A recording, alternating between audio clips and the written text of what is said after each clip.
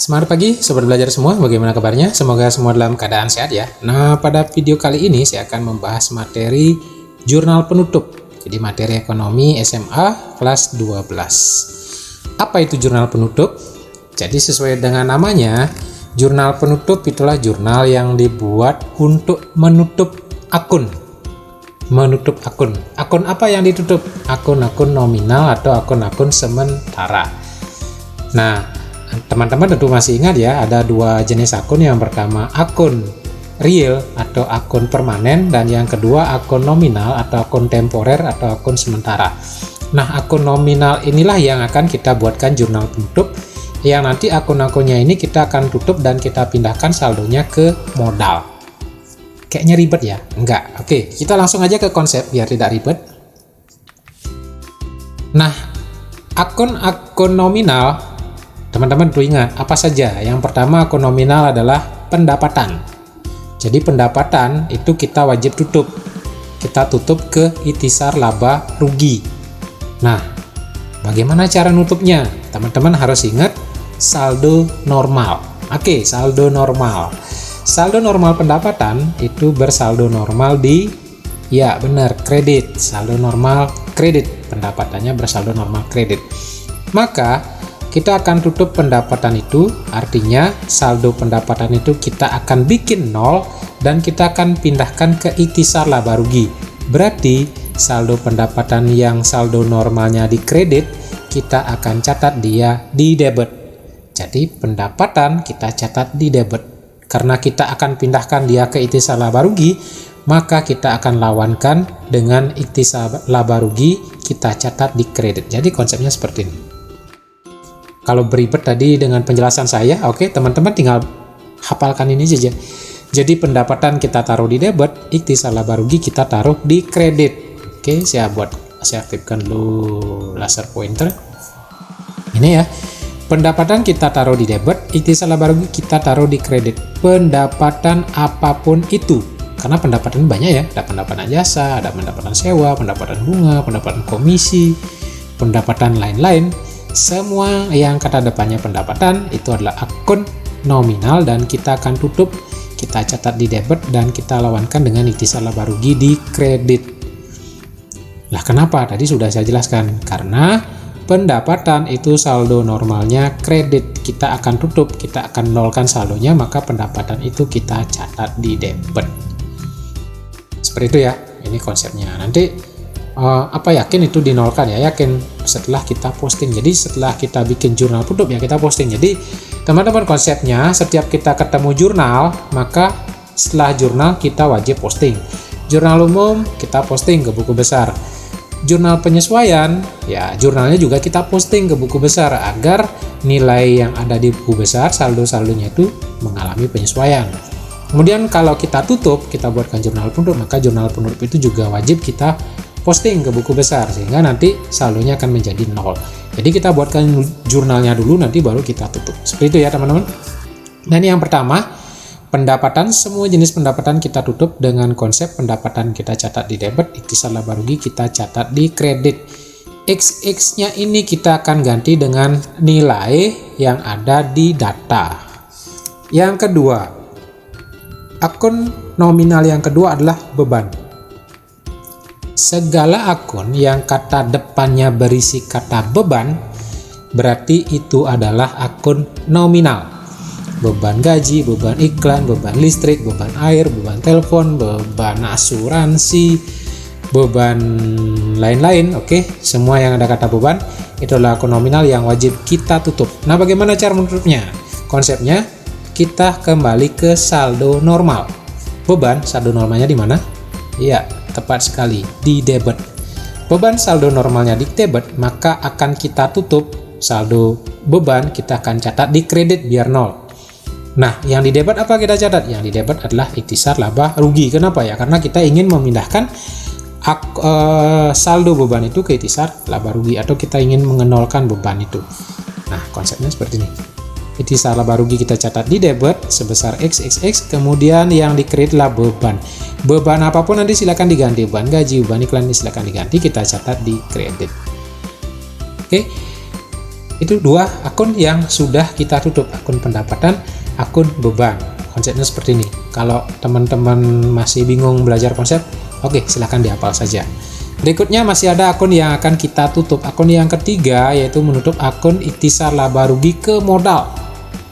Apa sih akun ikhtisar laba rugi ya? Saya bagi dua saja.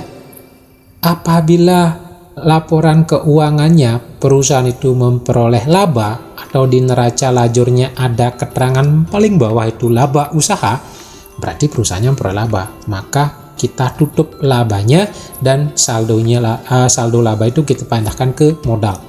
Konsepnya seperti ini. Oke. Jika laba, maka ikhtisar laba rugi dicatat di debit dan modal kita catat di kredit. Lah, kenapa modal dicatat di kredit? Ya karena modalnya bertambah. Kenapa modalnya bertambah? Akibat memperoleh laba. Kan labanya mau kita tutup, labanya mau kita nolkan. Saldo normal laba, teman-teman masih ingat ya? Saldo normal laba ya betul, di kredit.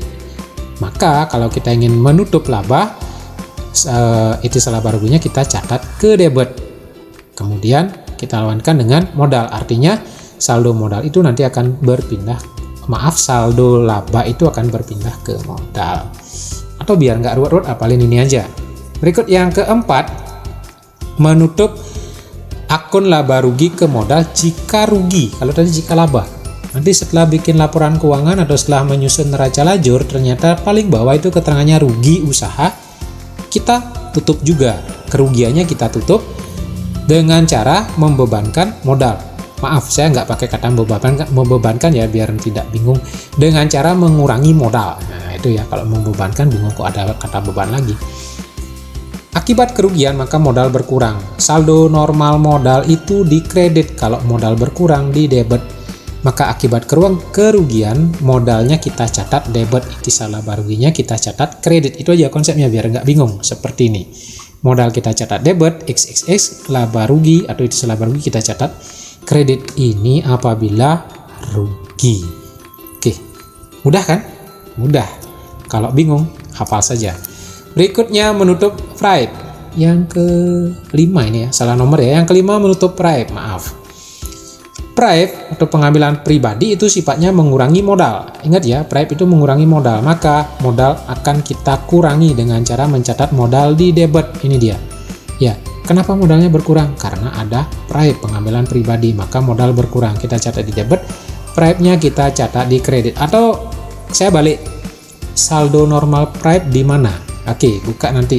Ada video yang saya bahas membahas saldo normal untuk pencatatan mekanisme debit kredit itu ya. Jadi saldo normalnya private itu debit. Nah sekarang kita ingin menutup private itu ke modal, maka private itu kita catat di kredit, kita lawankan ke modal karena kita ingin memasukkan private itu ke modal atau private itu mengurangi modal. Ini dia konsepnya. Kalau masih bingung silahkan dihafal saja. Oke, baik, kita lanjut. Latihan menyusun jurnal penutup. Data apa saja yang diperlukan kalau kita ingin menyusun jurnal penutup? Jelas, yang pertama kertas kerja atau neraca lajur. Kolom yang akan kita pakai adalah kolom laba rugi dan neraca. Atau yang kedua laporan keuangan. Ya, laporan keuangan yang ada laba rugi dan perubahannya modal. Itu yang akan kita ambil. Oke, kita langsung saja praktek. Ini saya berikan data neraca lajur yang sudah selesai dikerjakan. Seperti ini teman-teman ya. Tadi yang akan kita tutup adalah akun nominal, berarti akun-akun yang ada di laba rugi di sini, atau akun-akun yang berkode 45. Kode 123 tidak. Kode 45, kode depannya ya teman-teman ya, jangan salah. Kode depannya 45. Kalau kode depannya 123 itu kita tidak tutup. Seperti itu ya. Kode awalan, kode paling depan ini 411, 511, ini kode pendapatan dan beban. Ini akan kita tutup. Baik, data ini kita gunakan. Sekarang kita akan susun satu persatu. Yang pertama kita ingin menutup pendapatan. Saya potong. Oke, saya potong ya. Ini potongan dari neraca lajur. Saya tampilkan nomor akun, nama akun, dan laba rugi saja. Kita akan menutup akun nominal ke modal. Yang pertama adalah akun pendapatan. Ini yang akan kita tutup. Pendapatan dengan kode 411. Ini saldo normalnya di kredit. Maka kita akan tutup. Dia pindahkan ke debit, lawankan dengan ikhtisar laba rugi. Ini masih ingat ya, teman-teman? Oke, pendapatan jasa. Karena di sini pendapatan jasa, kalau dia pendapatan sewa ya kita bikin pendapatan sewa, kalau itu pendapatan bunga ya kita bikin pendapatan bunga. Kita nggak usah mengganti, sesuai dengan nama akun yang ada di neraca lajur saja. Kemudian jumlahnya di mana? Ini di kredit. Kita ingin tutup, berarti kita pindahkan ke debit, ke sini. Ya, ini dibalik karena kita ingin menutup. Jadi yang di kredit kita taruh di debit. Kita lawankan dengan ikhtisar laba rugi di kredit dengan nilai yang sama. Nilainya ini mengikuti karena kita ingin memindahkan ya, sama nilainya. Jangan dikurangi, jangan ditambahkan. Oke. Menutup pendapatan sudah selesai. Adakah pendapatan yang lain? Kalau misalnya ada pendapatan jasa, pendapatan sewa, pendapatan bunga, pendapatan iklan, pendapatan komisi seperti itu, berarti kita tutup semua dengan format jurnal seperti ini. Oke, jelas ya? Kita lanjut. Karena pendapatan sudah habis, maka kita akan menutup semua beban. Karena beban itu juga termasuk akun nominal. Mulai dari beban listrik, beban iklan, dan lain sebagainya. Oke, konsepnya seperti ini, menutup beban. Saya buatkan yang pertama beban listrik. Kok di kredit? Ya, karena kita ingin menutup. Awalnya dia bersaldo debit, maka kita tutup dia di kredit. Seperti ini. Saya tulis kredit dulu ya, sebenarnya aturannya nggak boleh, harus kita bikin yang debit, tapi biar kita ngerti, ini kita catat di kredit. Kenapa? Karena ini kita nolkan. Datanya di laba rugi debit, kita catat di kredit seperti ini.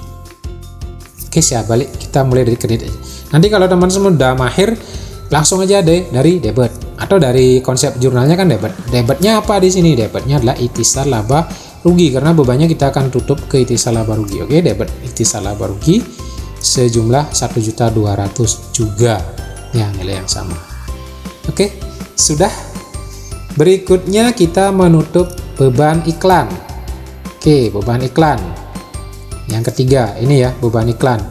Beban iklan itu ada di debit, berarti kita catat di kredit dulu. Nah, ini di kredit dengan nilai 200. Kemudian dilawankan dengan yang di debit ikhtisar laba rugi. Oke, seperti itu. Meskipun saya mulai dari kredit, tetapi susunannya ini harus debit dulu ke pinggir baru di kredit, seperti itu ya. Ini kenapa saya mulai dari kredit, dari beban, karena kita udah nemu langsung beban biar kita tidak bingung. Oke, kita lanjut. Kita akan menutup beban asuransi dengan kode 513. Baik, nah ini beban asuransi. Ini juga dia saldonya debit, kita ingin catat dia di kredit, kita catat di kredit ini ya, beban asuransi dengan jumlah 200. Maka lawannya adalah asuransi dibayar di muka debit. Nanti teman-teman kalau menjurnal ingat ya, kita dahulukan debit dulu atau sesuai dengan konsep yang saya berikan di depan. Tapi saya mulai dari kredit karena biar gampang gitu ya, biar gampang memahami. Baik, kita lanjut beban perlengkapan. Kita buatkan beban perlengkapan. Beban perlengkapan juga saldonya debit, berarti ini kita catat di kredit di sini ya. Kredit bahan perlengkapan. Kemudian lawannya adalah ikhtisar laba rugi di debit sebesar 100. Berikutnya ada yang berkode 5, beban penyusutan peralatan. Kita buatkan beban penyusutan peralatan itu di debit, berarti dia akan kita catat ke kredit dengan jumlah 60.000. Kita lawankan di debitnya ikhtisar laba rugi. Oke, masih ada beban di sini?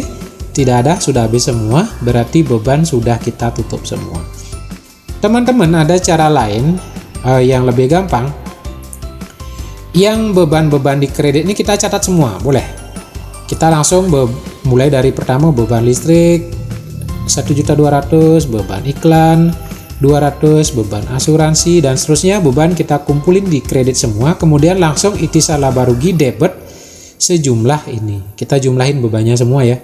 Sejumlah beban yaitu 1.760.000. Boleh seperti itu.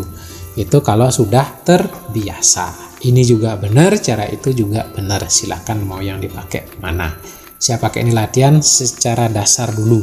Boleh digabung. Jadi yang sama-sama kredit beban kita kumpulin, bahan asuransi, beban perlengkapan, dan seterusnya. Nominalnya kita masukkan di kredit semua, kemudian jumlahnya kita taruh di debit sebagai ikhtisar laba rugi. Itu ya.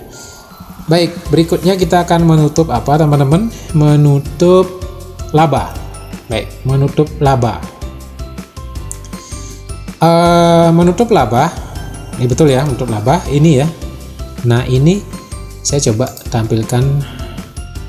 Kalau lengkapnya di sini ada tulisan laba usaha. Laba, maaf saya nulisnya pakai mouse jadi tulisannya lebih jelek dari tulisan TK. Nah, usaha itu ya. Nah ini laba usaha sebesar 1.740.000 laba usaha. Ini sebenarnya saldo kredit dia, tapi ditaruh debit sebagai penyeimbang agar jumlahnya itu seimbang. Ini saldonya saldo kredit. Oke ya. Laba usaha saldo kredit kita akan pindahkan dia ke modal. Kita pindahkan ke modal berarti laba usahanya dicatat di debit, modalnya kita catat di kredit. Oke. Kita tidak menggunakan kata laba usaha, tapi kita menggunakan kata atau kalimat ikhtisar laba rugi seperti ini. Seperti ini, ikhtisar laba rugi. Ini artinya kalau ikhtisar laba ruginya kita catat debit berarti dia laba. Kita pindahkan labanya ke modal, berarti modal kredit dengan nilai atau nominal yang sama. Gampang ya teman-teman ya. Berikutnya kita ingin menutup pripe. Pripe juga kita tutup. Yang ini ya, pripe Pak Iwan. Pripe ini akan kelihatan di apa? Di neraca ya, di neraca berapa jumlah pripe-nya. Oke. Menutup pripe ya, pripe-nya itu 200 ada di neraca. Ini terpotong, maaf ini saya nggak tampilkan, nanti silahkan dicek neraca lajurnya. Ada pripe 200 di debit, kemudian kita tutup, pripe-nya kita buat ke kredit, modalnya kita buat ke debit sebesar Rp200.000 seperti itu. Nah pendapatan sudah kita tutup, beban sudah kita tutup, laba sudah kita tutup, pripe juga sudah kita tutup. Masih adakah akun yang lain yang kita belum tutup? Tidak ada ya, sisanya semua berkode 1, berkode 2, dan berkode 3 ya, kecuali pripe yang kita tutup meskipun dia berkode 3 karena pripe itu mengurangi modal. Dan terakhir kita ingin tahu modal sebenarnya berapa, berarti pripe-nya harus kita kurangkan juga. Seperti itu. Sudah teman-teman? Oke, sekian dulu teman-teman. Cara menyusun jurnal penutup gampang sekali. Teman-teman kalau bingung silakan teman-teman hafalkan konsepnya, screenshot, dicatat, dihafalkan, atau kalau bisa belajar konsep sesuai dengan penjelasan saya boleh. Kalau terlalu cepat bisa bisa di slow mo gitu seperti itu ya, atau bisa di back lagi penjelasannya, atau bisa mengkaji lagi dari literasi yang lain sehingga nanti konsep jurnal penutup itu menjadi kuat, menjadi pas di teman-teman. Karena jurnal penutup ini kita bikin nanti setelah menyusun laporan keuangan. Jadi akun-akun nominal itu kita tutup saldonya semua. Dan perlu diingat setelah kita menyusun jurnal penutup, maka jurnal penutup itu wajib kita posting ke buku besar juga agar saldo di buku besar berubah. Nah kalau itu tidak diposting meskipun kita bikin jurnal penutup, maka saldo dari akun-akun nominal di buku besar itu tidak akan berubah. Oke, sekian dulu video kali ini. Jangan lupa teman-teman di subscribe bagi yang belum subscribe, di like kalau bermanfaat, dan silakan di share seluas-luasnya sebagai bahan referensi kita belajar akuntansi perusahaan jasa. Akhir kata saya ucapkan semangat pagi.